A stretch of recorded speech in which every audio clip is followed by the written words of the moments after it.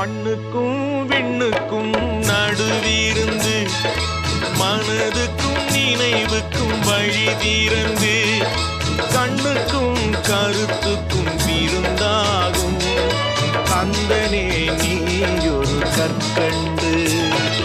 மண்ணுக்கும் விண்ணுக்கும் நடுவிருந்து மனதுக்கும் நினைவுக்கும் வழி தீரந்து கண்ணுக்கும் கருத்துக்கும் விருந்தாகும் கந்தனே நீயொரு கற்கண்டு.